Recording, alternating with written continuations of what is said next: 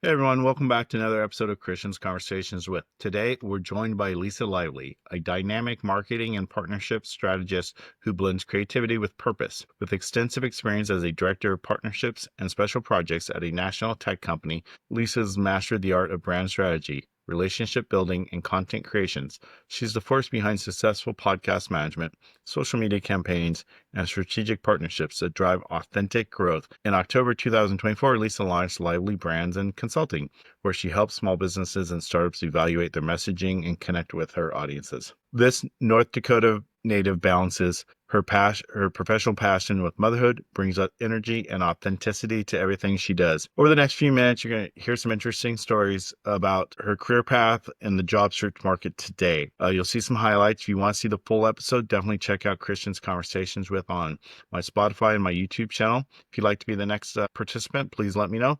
Thanks for listening. What makes a good partner manager? I would say someone that is really good at building rapport very easily, someone that can get placed in a room, whether it be on a Zoom call or in a physical presence or a very large conference. And it's almost like throwing down your chess pieces and knowing that they're going to do what they need to do without having to control them. And so I think finding someone that is very personality driven and is not afraid to have conversations, have hard conversations, easy conversations, anything in between. Having someone that's so relationship focused and knowing that it's as simple as if you say you're going to follow up, follow up. And especially in, say, even vendor management, which I worked with a lot of vendors in my previous role. And something that I kind of took from a previous VP at the company was just a Google sheet. It was a Google document. I had my Monday notes, my Tuesday notes. I wrote everything that I needed to do as far as an action item. And I took religious notes because I think that's really important, even like in a conversation,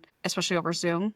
I've been remote for 4 years. So, writing down exactly what they're saying, what their expectations are, who you're talking to, what their role is, what their personality's like. If they said they have, 6 kids and they live out in the middle of nowhere and they're working remotely, remember those things because when you get back on a call and you start talking to them about the project that you're working on and be like, okay, well, how's your 6 children and your 3 cats doing? I remember you were getting off because you were going to vacation, you're going to Hawaii. Like, how did your trip go? And it's not something that everybody can do. And there's a lot of people, I think, that try to force those fake conversations and try to build fake rapport. With the various roles you've had in the various companies you worked for, what's the one leadership quality you look for from a great leader? Oh gosh, I would probably say if anyone's listening that has seen the trend and the joke about the millennial manager, the one that responds with, just take care of yourself first. I know that you'll get your stuff done. And an interview I actually had at the beginning of this week, I had this exact same conversation because that's how I managed people. Don't come to me with, oh, I need this. I'm so sorry. Like, I want people to take care of themselves because I know when people take care of themselves, they can show up their best quality at work. And that's how I've been managed the last few years. I mean, I was very lucky to work directly with the CEO of my in my previous role. And, at the end of the day, being valued that I am a person, I'm a human being. I have a daughter, and there are some things in life that you really just can't control. And knowing that at the end of the day, I'm going to get my stuff done and I'm going to get my work done is what I see and what I look for in a manager. And that's what I hope everyone would look for, because I think maybe the mindset of grinding and grinding and grinding is kind of starting to dial back as far as working through, your kids' soccer game or, skipping out on swimming lessons or skipping out getting lunch with a friend because you're too nervous to take that extra 15 minutes on your lunch break. I think having a relationship like that with a manager, knowing that they know that you're going to get your stuff done and having that trust is really, really important. So I definitely look for that in new managers and companies in general that have that value of, we want you to get your stuff done, get it done, and that's what we care about. You mentioned on one of your posts, which I think is great, you have to travel. Like, you did a lot of trade shows. So you traveled probably all over the country, maybe all over the world. And you thought it was important to kind of go check out like the local scene when you would go there. Why was that like?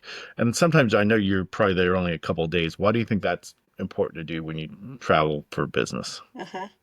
I think any opportunity to understand a culture outside of your own, and I think a lot of people don't realize or talk about how large the United States is. The United States is huge. Me, way up in Fargo, North Dakota, being employed by a company that was in Illinois, it is such a culture difference even between the two, between Chicago and Fargo. Massive difference. So when I'm going down to areas, whether it be Florida or Vegas or even New York and New Jersey are definitely an animal alone, but it's a complete different world. And so really absorbing how those people do business, how those people talk, will make you more versatile, especially when you are going to different places. And I also think if you're not taking advantage of having the opportunity and being lucky enough to be employed by a company that pays for your travel, you need to enjoy it.